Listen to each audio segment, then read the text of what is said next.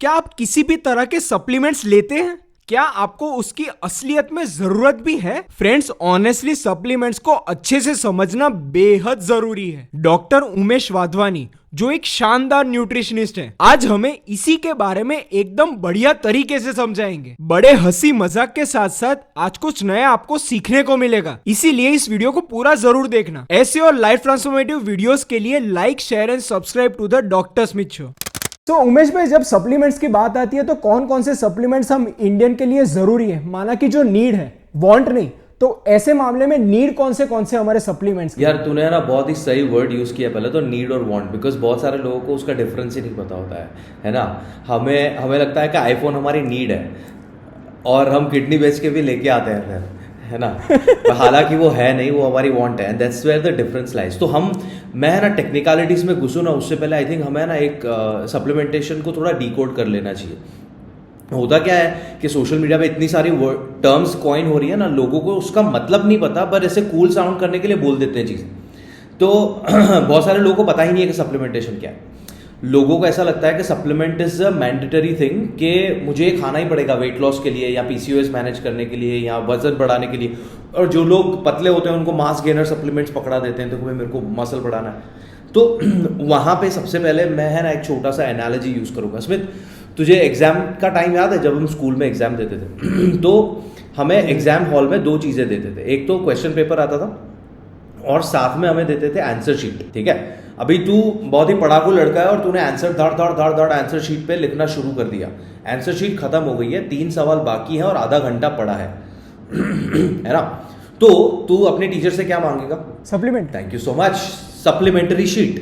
अभी answer sheet और supplementary sheet में फर्क क्या है? आंसर शीट 20 पन्ने की होती थी, सप्लीमेंट्री में 2 पन्ने होते थे। या तो अगर तेरे सारे आंसर्स तेरी आंसर शीट में आ गए हैं तो तुझे सप्लीमेंट्री की जरूरत नहीं, वो मैंडेटरी है ही नहीं। बट आंसर्स बाकी हैं, तुझे जवाब आता है, टाइम भी बाकी है, तो तुझे सप्लीमेंट चाहिए, राइट। तो supplementation is nothing but to complete something which is incomplete. तो if we all understand the fact कि हमारे खाने में से अगर सारी चीजें हमें मिल रही हैं, तो दुनिया का कोई भी गोल हो, तुम्हें ऋतिक वाली बॉडी चाहिए, मलाइका अरोरा वाली एस चाहिए, तुम्हें you don't need any supplementation as long as तुम खाने में से सारी चीजें ले रहे हो, है ना। So first we need to understand this and ये समझ गए, उसके बाद हम सप्लीमेंटेशन पे आएंगे। तो अब तेरा जो सवाल था ना, वो सवाल पूरा खुल गया, क्योंकि इसका कोई स्पेसिफिक आंसर है ही नहीं। तुझे कौन से सप्लीमेंटेशन चाहिए वो जानने के लिए मुझे तेरा ब्लड रिपोर्ट चेक करना पड़ेगा, तेरा लाइफस्टाइल एनालिसिस करना पड़ेगा कि तेरे खाने में कौन कौन सी चीजें ऑलरेडी हैं और तेरे ब्लड में कौन कौन सी चीजों की डेफिशिएंसी है। उसके हिसाब से मैं तुझे सप्लीमेंट सजेस्ट करूंगा। एंड तेरा गोल क्या है ना, ऑफ कोर्स। तो अगर, and this is a public service announcement, जो भी हमारा पॉडकास्ट ये देख रहे हैं, तुम लोग नोट करो कि कौन सा इन्फ्लुएंसर आपको स्पेसिफिक एडवाइस दे रहा है। अगर कोई स्पेसिफिक बोल रहा है ना कि आपको वेट लॉस के लिए BCAA खाना है, वो झूठ बोल रहा है, बिकॉज उसने तुम्हारा ब्लड रिपोर्ट और तुम्हारा लाइफस्टाइल चेक ही नहीं किया। It's not possible for someone to sit on the internet and tell you कि क्या तेरे लिए अच्छा है, बिकॉज उसने तेरा लाइफस्टाइल चेक, उसके हजारों और फॉलोवर्स हैं, है ना। तो इट हैज, इफ हम पर्सनलाइज की बात करें तो पर्सनलाइज बात करनी चाहिए ना, वो स्पेसिफिक कैसे बता रहा है तो it doesn't work that way. But थोड़ा हम स्पेसिफिक जाते हुए, यहाँ पे इंडिया में बहुत सारे लोग वेजिटेरियन हैं और एटलीस्ट घर पे वेजिटेरियन है ना। बिकॉज हम बोलते हैं कि हम वेजिटेरियन, फिर बाहर जाके हम चिकन विकन खाते हैं, वो थोड़ा इनकन्वीनियंट हो जाता है। तो जो लोग ऐसे आउट एंड आउट नॉनवेज नहीं है ना, जैसे मैं रोज 2 बार चिकन खाता हूँ, अंडे वंडे खाता हूँ एंड ऑल दैट, तो मुझे देर आर सर्टेन न्यूट्रिएंट्स जिनकी कमी मुझे नहीं रहेगी। But if your majority of the diet is coming from vegetarian sources, there are certain things which are very common, like 90% से ज्यादा मेरे vegetarian clients are deficient in vitamin D, biotin, B12 and protein in general. मैं उसी पे आ रहा था। Actually होता क्या है कि आजकल के जो फिटनेस इन्फ्लुएंसर्स है वो ब्लैंकेट ट्रीटमेंट देते हैं या ब्लैंकेट प्रिस्क्रिप्शन देते हैं। माना कि जैसे आपने कहा, एक मैंने आंकड़ा पढ़ा था कि 70% ऑफ इंडियंस आर प्योर वेजिटेरियंस। माना कि उनको जो एसेंशियल फैटी एसिड्स या अमाइनो एसिड्स उन्हें मिलते नहीं है, तो वो क्या करते हैं कि वे आइसोलेट का प्रमोट करते ही रहते हैं। तो मैं इसी से आपसे ये पूछना चाहूंगा कि वेजिटेरियन जो हमारी ऑडियंस है, तो उन्हें कौन कौन से लैब मतलब पैरामीटर्स अपने परखाने चाहिए और कौन कौन से, हाँ मतलब कौन कौन से सप्लीमेंट्स उसके बेसिस पर हमें चूज करने चाहिए? तो जब भी हम सप्लीमेंट्स की बात करते हैं तो you have to think of it in के supplement is just another product, है ना। तो for example toothpaste is something that हम सब लोग करते हैं पेस्ट, राइट। तो रास्ते में वो बंगाली बाबा आयुर्वेदिक टूथपेस्ट भी बेच रहा है, तो you are not going to go and buy toothpaste just because वो बोल रहा है कि इसमें से ये हो जाएगा वो हो जाएगा, तुम्हारे दांत एकदम चमकने लगेंगे मेंटोस की एड की तरह व्हाटएवर। तो you are not going to buy, तुम तुम्हारा रिसर्च करोगे कि जो ब्रांडेड चीजें हैं जो हम यूजुअली यूज करते हैं, कोलगेट, क्लोजअप या मेसवाक या पतंजलि व्हाटएवर, जो भी हम यूज करते हैं, तो हमने हमारा रिसर्च किया है, हमने उसको यूज किया है, उस कंपनी के बारे में जाना है, उसके बाद हमने बाय किया, राइट। एंड हम कोई रास्ते में बैठे हुए के साथ नहीं, लाइक जिसको हम जानते नहीं, we won't buy it from there. So you have to follow the same funda. तुम पहले चेक करो कि कौन सी ब्रांड से तुम बाय कर रहे हो, वो ब्रांड का रेपुटेशन क्या है। जस्ट बिकॉज वो 50% या 60% डिस्काउंट दे रही है डजंट मीन कि वो प्रोडक्ट अच्छा है। मोर लाइकली वो प्रोडक्ट बुरा है because they are giving you out, करना पड़ रहा है। एग्जैक्टली। दूसरा, कोई आपको इन्फ्लुएंस कर रहा है क्या बाय करने के लिए। पहले वो लोग ऐसे मस्त में 6 पैक ऐप वाली बॉडी वाला वीडियो डालेंगे, फिर बोलेंगे कि मैंने ये बॉडी बनाई है ये सप्लीमेंट लेके। If they are trying to sell it on your face, more likely कि वो प्रोडक्ट में कुछ तो झोल है ना। तो my simple advice would be, I am not saying कि सारे इन्फ्लुएंसर्स ऐसे होते हैं, मैं बोल रहा हूं कि you have to see the intent उनका। तो you check the brand, read the brand reviews, जैसे तुम अलग अलग प्रोडक्ट्स के लिए करोगे। तुम्हें माइक बाय करना है, तुम्हें वैक्यूम क्लीनर बाय करना है, तुम अमेजोन पे जाके उसके रिव्यू पढ़ते हो, राइट। तो डू दैट एंड उसके बाद बाय करो। एंड ऑथेंटिसिटी तो ऑफ कोर्स चेक करना है कि उसको FSSAI से रजिस्ट्रेशन या वैलिडेशन मिला हुआ है कि नहीं मिला हुआ। Because there are so many, like I was reading a research के इंडिया में 80% से ज्यादा supplementation brands are not registered, उनको फूड ड्रग एडमिनिस्ट्रेशन ने अप्रूव किया ही नहीं है। तो you have to find that out, है ना। तो मैंने एक चीज़ है ना बहुत ही क्लियर रखी हुई है, तू मेरे पेज पे भी जाके देखेगा, मैं कभी भी कोई ब्रांड रेकमेंड नहीं करता। जब भी मुझसे कोई पूछता है मैं बोलता हूं अपना रिसर्च करो। क्यों? क्योंकि takes away the credibility from me and the supplement itself. उनको ऐसा लगेगा कि उमेश को 50% 20% कमीशन मिल रहा है इसलिए ये प्रमोट कर रहा है और रेकमेंड कर रहा है। I don't do that shit, because होता क्या है कि इंडिया में वेजिटेरियंस बहुत सारे लोग चीज़ों से डेफिशिएंट है, और वो लोग सप्लीमेंट्स इसलिए नहीं लेते हैं बिकॉज उनको ट्रस्ट इश्यूज है। एग्जैक्टली है ना। तो मुझे वो ट्रस्ट इशू हटाना है फ्रॉम द सप्लीमेंट्स। बट उससे भी पहले वाला लेयर था हमारा पहला एक्सप्लेनेशन कि तुम पहले एक डॉक्टर से कंसल्ट करके ब्लड रिपोर्ट्स करवा के देखो तो सही क्या कमी है। It's pure supply and demand. तो मतलब मैं इसी से आपसे पूछना चाहूंगा कि सप्लीमेंट्स के जाने से पहले what I believe is we have to take our food as a medicine. माना कि हमारी डाइटरी जो न्यूट्रिशनल रिक्वायरमेंट्स है वो सारी अगर खाने से ही हो जाए, तो जैसे आपने अभी अच्छे से एक्सप्लेन किया कि हमें सप्लीमेंट्री की जरूरत ही नहीं पड़ेगी। तो मैं ऐसे ये पूछना चाहूंगा कि vegetarian protein in and all अच्छा होता है as compare to animal protein, और कहां कमियां होती है और कैसे हम उससे ओवरकम कर सकते हैं? तो इसको है ना स्मिथ, हम एकदम वापिस से थोड़ा डिकोड करेंगे एंड देन हमारी जनता जो है वो स्मार्ट है, हमें उसको इतना समझाने की जरूरत नहीं। हम डिकोड करेंगे ना, they will able to make own decision. अब भी कॉमन परसेप्शन क्या है कि वेजिटेरियन प्रोटीन सेकंड क्लास है हायरार्की में and animal protein first class, उसको हमने ऊपर दर्जे पे बिठाया हुआ है, right. But your body doesn't understand that. तुम्हारी बॉडी कोई भेदभाव में नहीं मानती है कि तुम मटन खा रहे हो या पनीर खा रहे हो। तुम्हारी बॉडी को क्या चाहिए? तुम्हारी बॉडी को चाहिए अमाइनो एसिड्स का पूल, है ना। तो उसके लिए हमें समझना पड़ेगा कि एक मॉलिक्यूल ऑफ प्रोटीन है ना, प्रोटीन कुछ अमाइनो एसिड से बना पड़ा है, 20 या 21 अमाइनो एसिड्स हैं। उसमें से कुछ अमाइनो एसिड तुम्हारी बॉडी खुद बनाती है, कुछ अमाइनो एसिड हमें डाइट में से लेने पड़ते हैं। और प्रोटीन का जो भी काम है, तुम्हारे बाल, नाखून, स्किन पे हेल्थ रखना, मसल बनाना, ऑर्गन्स बनाना, ब्लड सेल्स, एंटीबॉडीज, ब्ला ब्ला ब्ला, वो सारी चीजें करने के लिए तुम्हारे प्रोटीन का कंप्लीट होना बहुत जरूरी है ना। मतलब उसमें सारे के सारे अमाइनो एसिड होना जरूरी है। तो ये एनिमल और वेजिटेरियन सोर्सेज में फर्क ये आ जाता है कि जब तुम खाने में से कोई भी खाने का सोर्स ले रहे हो, बीट वेजिटेरियन और नॉन वेज, दाल लो, पनीर लो, मटर लो, सोया चंक्स लो, या तुम चिकन, मटन या अंडा लो, इनमें फर्क ये है कि जो नॉन वेज या मोस्ट एनिमल है ना सोर्सेज, उसमें सारे अमाइनो एसिड्स हैं जो हमारी बॉडी प्रोड्यूस नहीं कर सकती, ठीक है, तो वो उनको एक लेवल पे बेटर बना देती है compare to the vegetarian sources. Because for example मैं मटर की बात कर रहा हूं या मैं दाल की बात कर रहा हूं, तो दाल में वो सारे अमाइनो एसिड्स नहीं है ना, बट यहां पे इट डजंट मीन कि vegetarian sources are not good, वो उनका क्लासिज्म नहीं है। मैं गाली देने का मन करता है कि इंसान है ना हर जगह पे क्लासिज्म ढूंढता है, हर जगह पे। इसको क्या क्लास करने की जरूरत है, तो तुम राइट नॉलेज दो ना अपने क्लाइंट्स को। तो so let's say amino acid A 1 to 9 है जो हमारी बॉडी नहीं बना पाती है, राइट।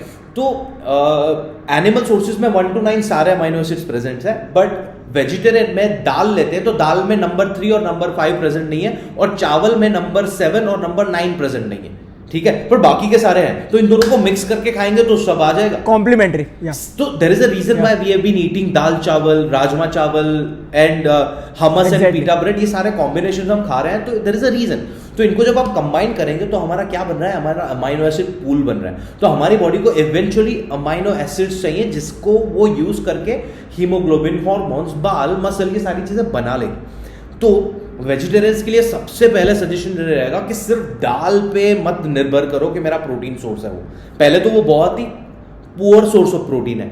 दूसरा, अगर तुम दाल खा रहे हो तो उसकी वैरायटीज खाओ, तो कि तुम्हें वैरायटीज ऑफ अमाइनो एसिड्स मिल जाए, so that your body can make right protein.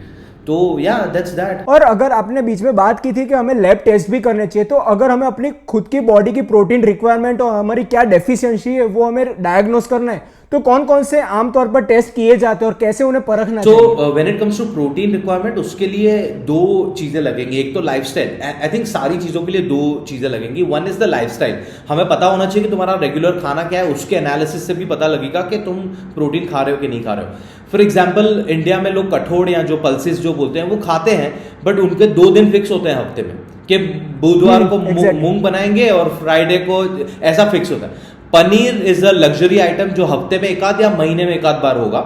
And अगर तुम नॉनवेज में अंडा वंडा खाते हो तो वो भी महीने में एक आध 2 बार, और गर्मियों में नहीं खाते बिकॉज वो गर्म पड़ता है। तो ये सारी चीजें हमारे दिमाग में भरी पड़ी हैं। तो वो अगर एक बार पता चल गया तो हमें लगता है कि यहाँ वो क्लियर है कि नहीं जा रहा है प्रोटीन सही से।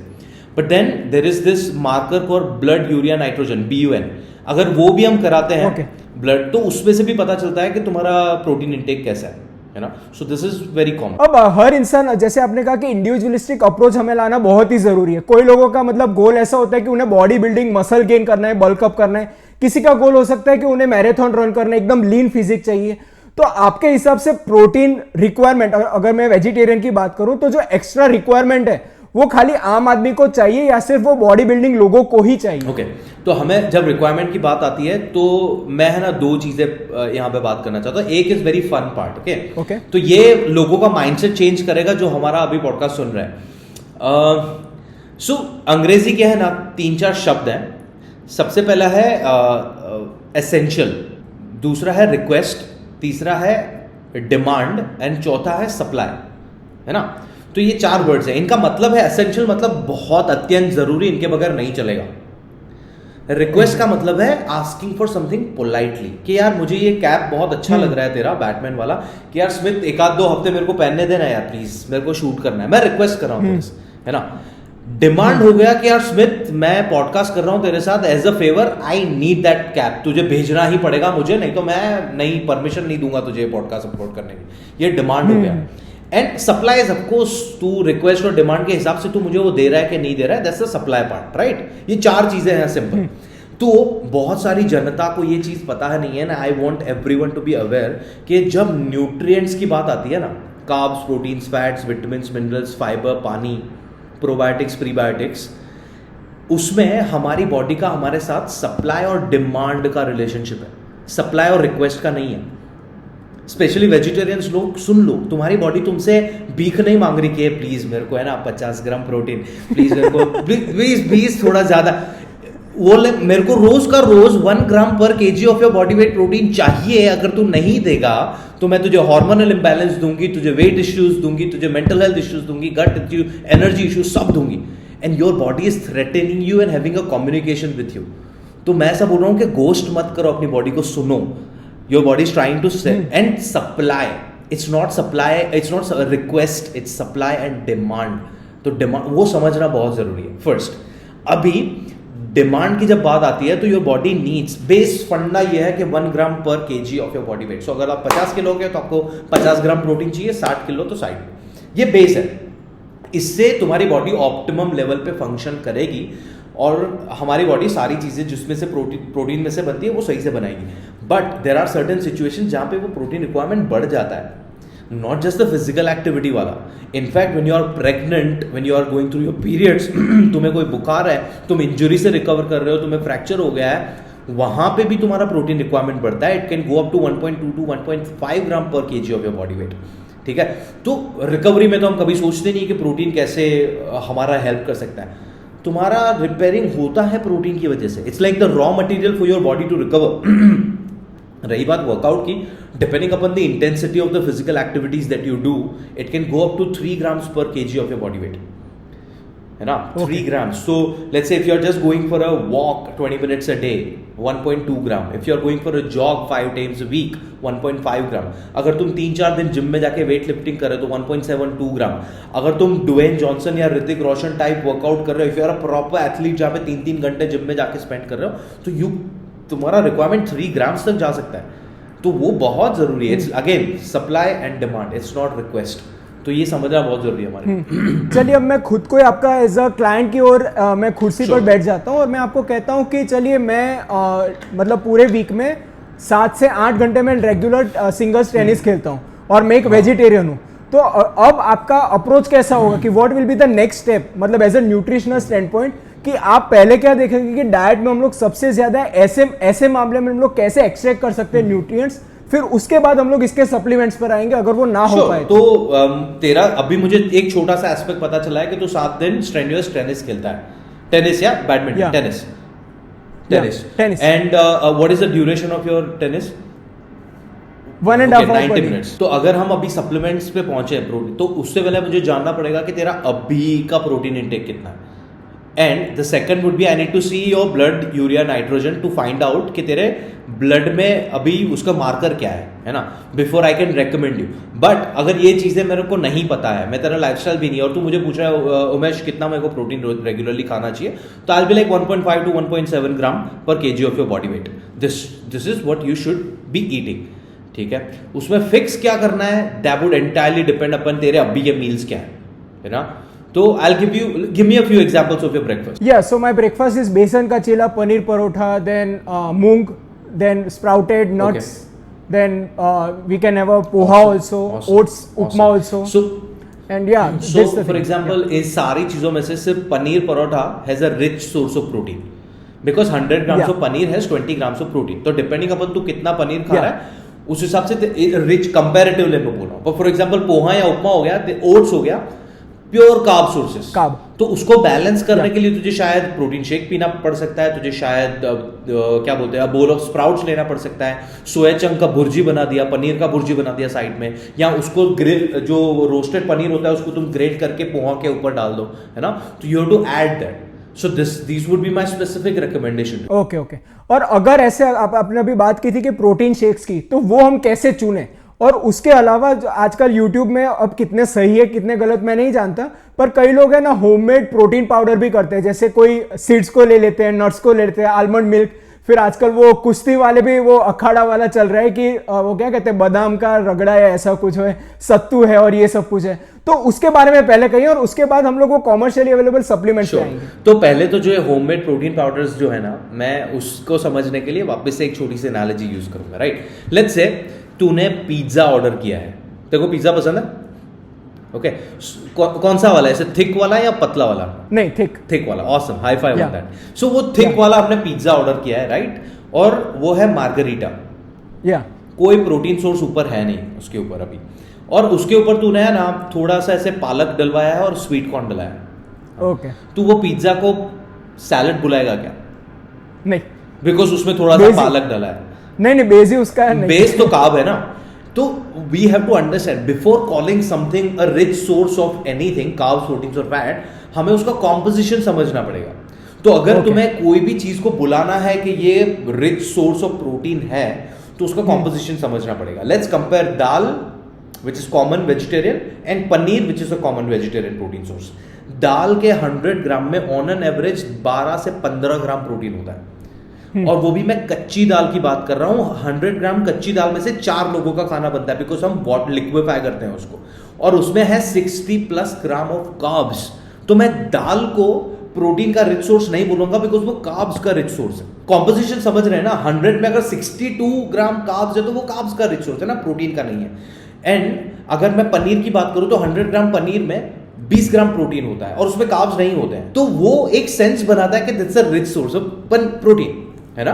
तो ये हो गया कंपेयर। नाउ अब आते हैं घर वाले प्रोटीन्स पे। तो घर वाले प्रोटीन्स पे हम डालते हैं बादाम और सीड्स, ठीक है, और कभी कभार ओट्स भी डाल देते हैं, because we have a perception that oats are healthy and they are rich source of protein. I don't know कहां से आया वो। तो oats rich source of carbs, seeds and nuts they are rich source of fats. Okay, बादाम का 100% में 49 ग्राम उसमें fat है, 49 ग्राम। तो आई एम नॉट सेइंग कि वो बैड फैट है, बट कोई भी चीज गुड या बैड उनकी क्वांटिटी पे तो मैटर करेगी ना।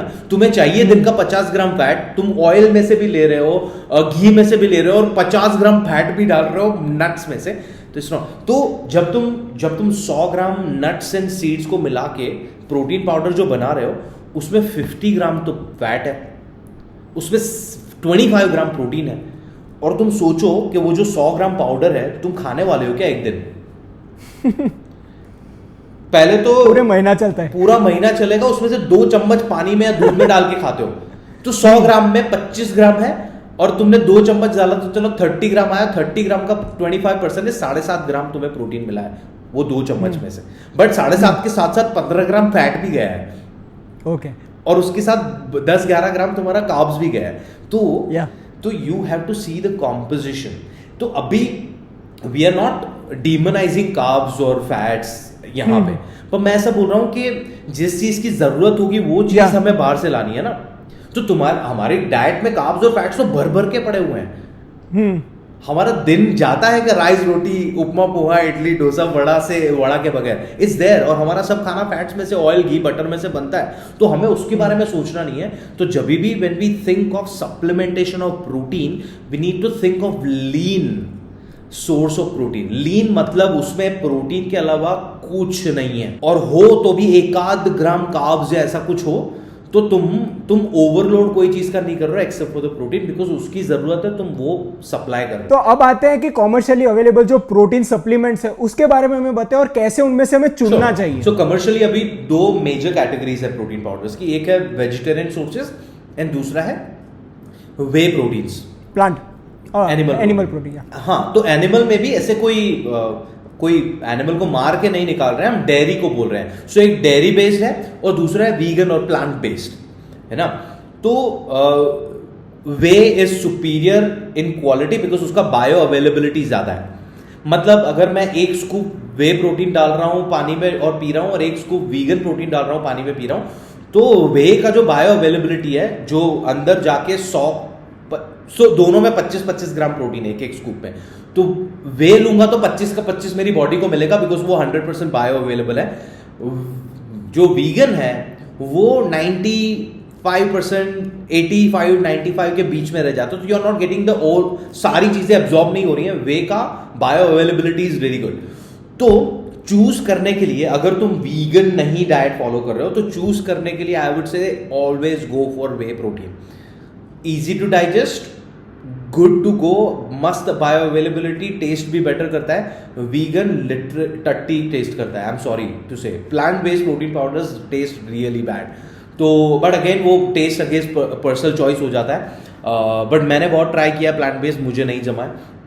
चूज करना अलग अलग पैरामीटर्स होते हैं। क्वालिटी की बात करते हो तो whey better than vegan, but if your dietary choice is vegan, then वहां पे तुम चूज करो कि तुम ब्रांडिंग, कि तुम सही ब्रांड से बाय कर रहे हो कि नहीं कर रहे हो, उसमें पर 100 ग्राम प्रोटीन तुम्हें कितना मिल रहा है, और उसमें दूसरे कार्ब्स और फैट्स हैं या नहीं है।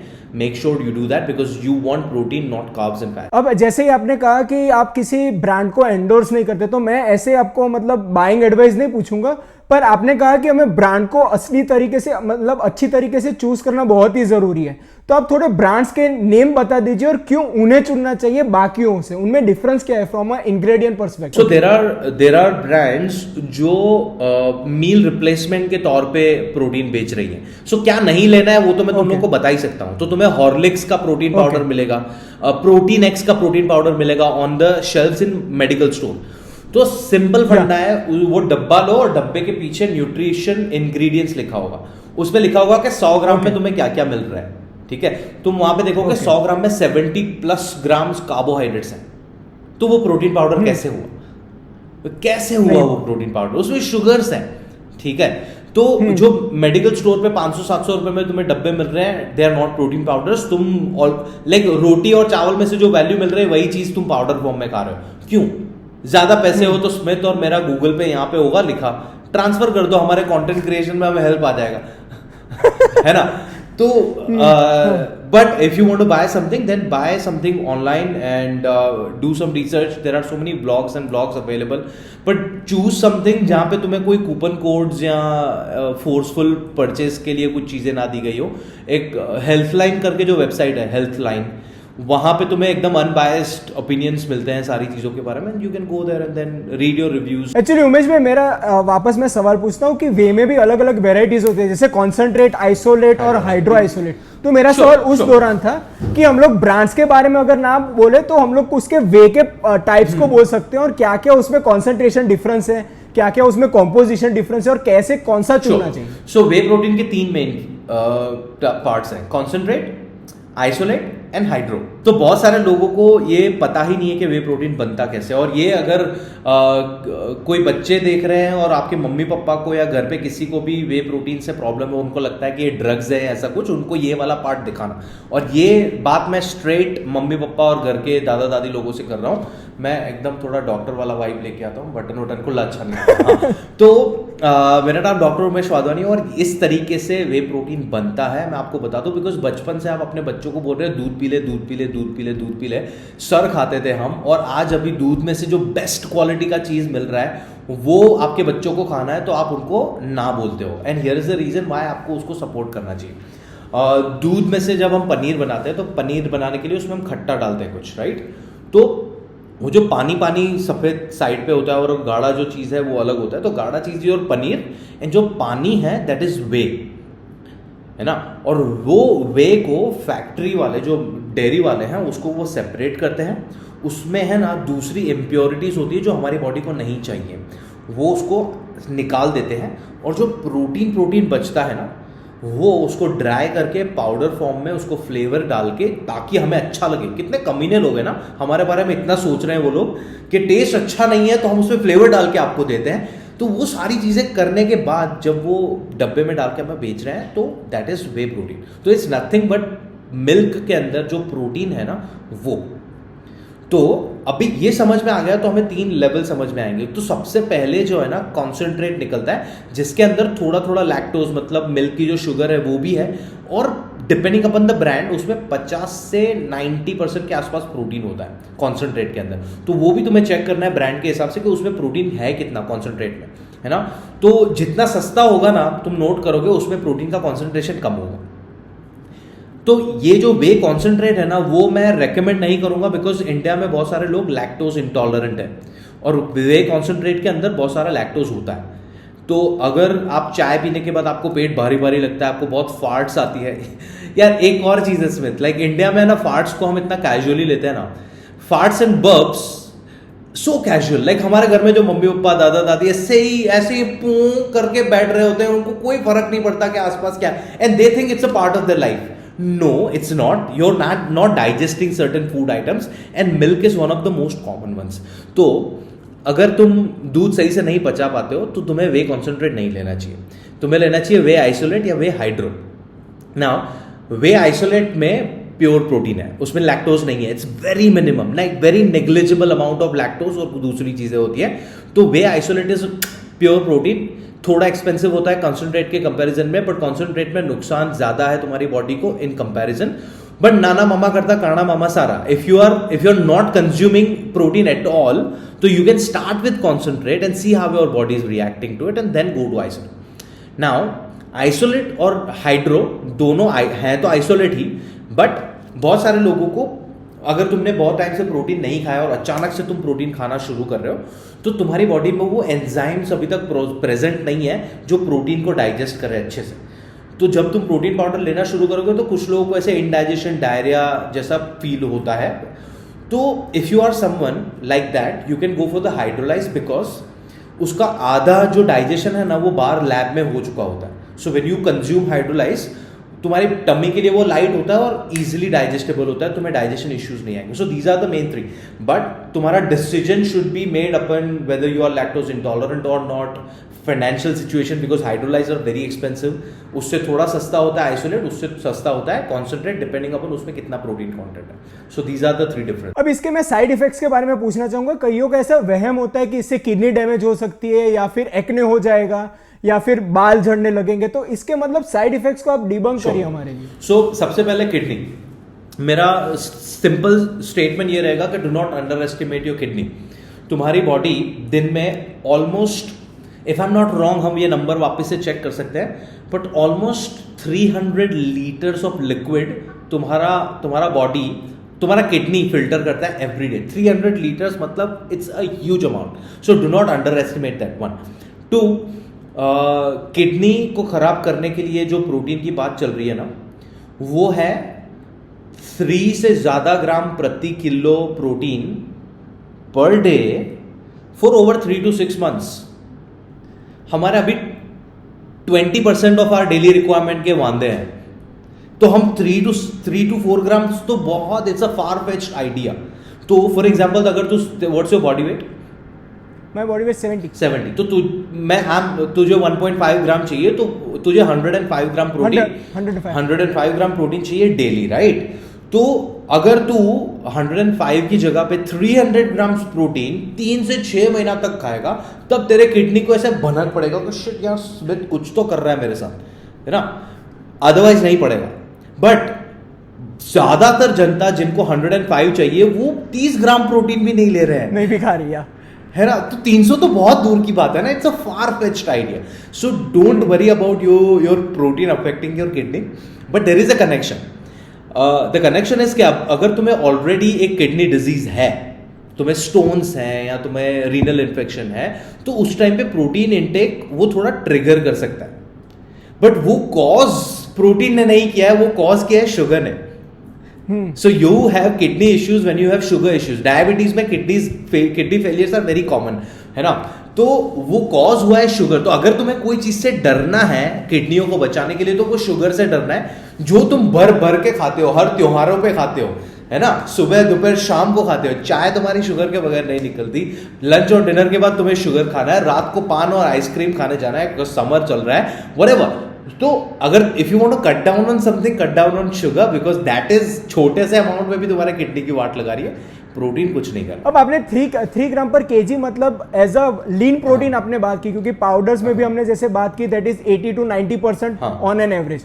तो आप 2 स्कूप कहते हो, मतलब मैं as a general, as a layman आपसे बात कर रहा हूँ कि आप डेली रिक्वायरमेंट, अगर मेरे जैसे जिनकी 1.5 या 2 ग्राम केजी पर बॉडी वेट है, तो अगर हम 1.5 स्कूप ले, 2 स्कूप ले, कैसी स्कूप ले? वैसे वो एंटायरली डिपेंड करेगा ना कि तेरे बाकी का प्रोटीन कहां से आ रहा है। सो तेरा 105 अगर पूरा का पूरा खाने में से आ रहा है, तो तुझे 0 स्कूप चाहिए, you don't need it at all.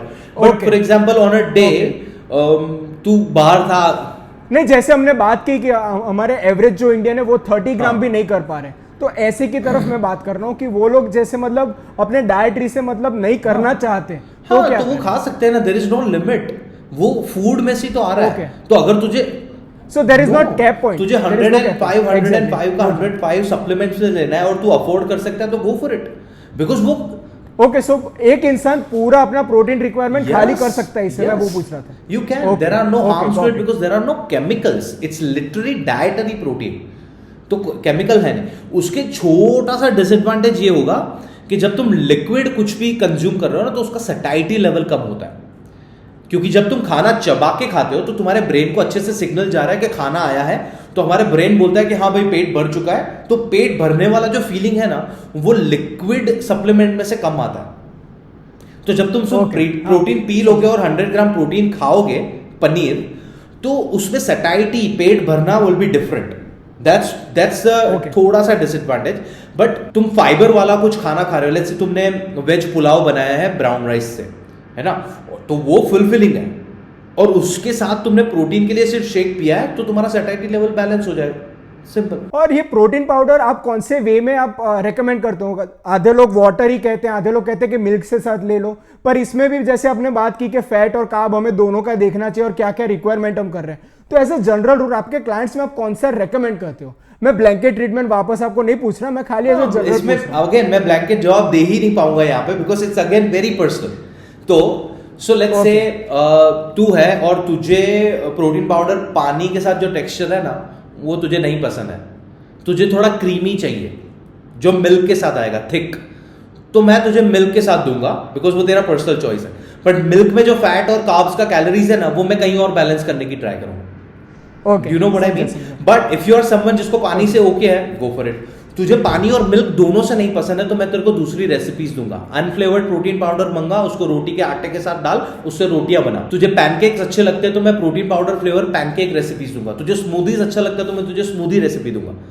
There are multiple ways you can use whey protein. There is no blanket way. दोस्तों ये वीडियो अगर आपको वैल्यूएबल लगा तो इसे लाइक कर अपने सारे दोस्तों से इसे शेयर कीजिएगा। इस चैनल को सब्सक्राइब तो आप कर ही लेंगे। चलिए मिलते हैं।